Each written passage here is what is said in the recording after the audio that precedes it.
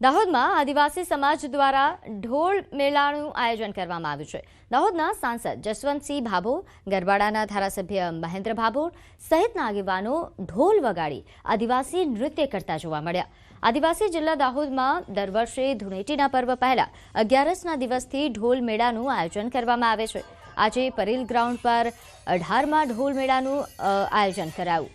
આ ઢોલ મેળામાં 200થી વધુ ઢોલ મંડળીઓ પોતાના સાથીઓ સાથે આવે છે અને આદિવાસી સંસ્કૃતિ જીવંત રહે તે માટે આ પ્રકારના મેળાનું આયોજન કરવામાં આવે છે।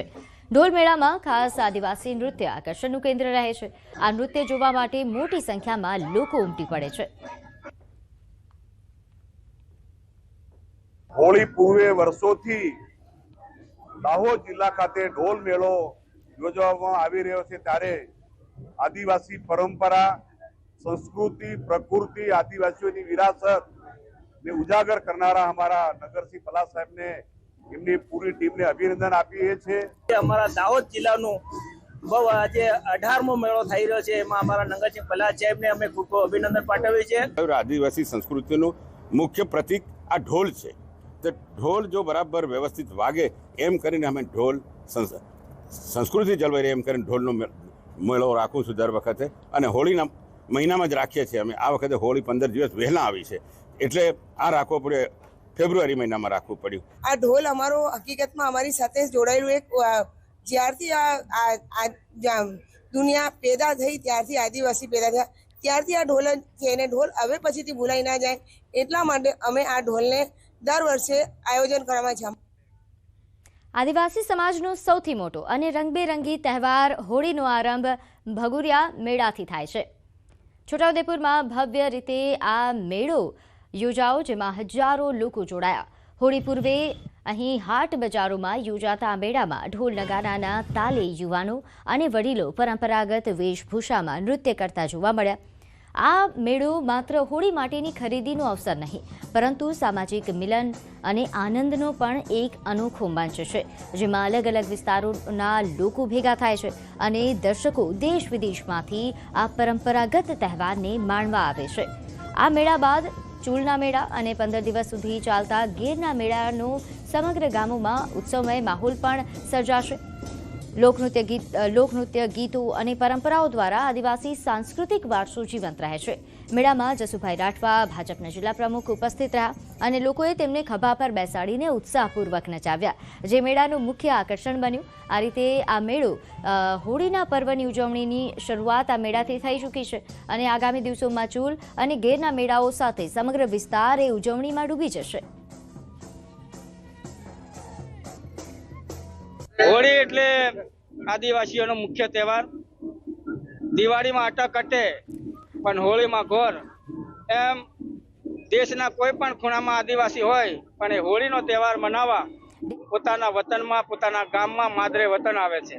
આ મેળા વતી હું તમામ આદિવાસી ભાઈઓ બહેનોને શુભેચ્છા પાઠવું છું અને હોળી પર્વની પણ ખૂબ ખૂબ શુભેચ્છા પાઠવું છું। 5-6 દિવસ સુધી મેળાઓનું, ચૂલના મેળાઓનું પણ પર્વ ચાલતું હોય છે। આમ કુલ મળીને હોળીનો તહેવાર આવે એટલે આદિવાસીઓનો 15 દિવસનો તહેવાર હોય છે।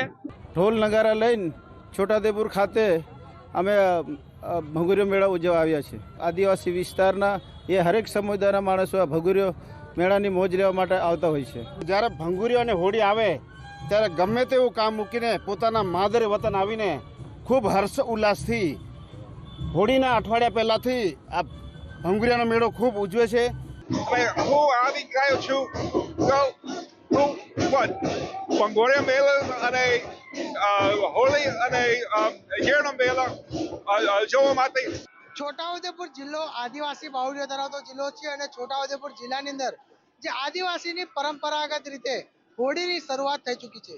આપણે તસવીર બતાવવા માંગીશું કે છોટાઉદેપુર નગરની અંદર હજારોની સંખ્યાની અંદર આદિવાસી સમુદાયના લોકો જે એકત્ર થયા છે।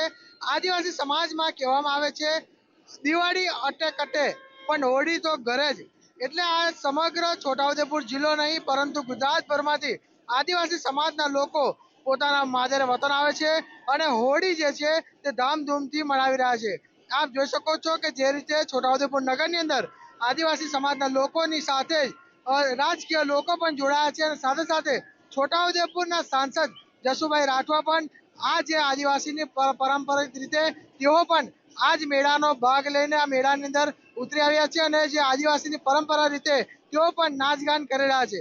એટલે ચોક્કસથી છોટાઉદેપુર જિલ્લાની અંદર જે આદિવાસીના સમાજનો જે સૌથી મોટો જે તહેવાર કહેવામાં આવે છે હોળીનો, અને હોળીના પર્વના જે શરૂઆત થઈ ચૂકી છે અને હોળીની શરૂઆત થતાં જ સમગ્ર છોટાઉદેપુર નગરની અંદર રંગબેરંગી કપડાં પહેરી તેઓના આદિવાસી વેશગાન કરી રહ્યા છે અને છોટાઉદેપુર જિલ્લાની અંદર હાલ જે આદિવાસીની પરંપરાગત રીતે હોળીની શરૂઆત થઈ ચૂકી છે. સજબ ખત્રી, ન્યૂઝ 18 ગુજરાતી, છોટાઉદેપુર.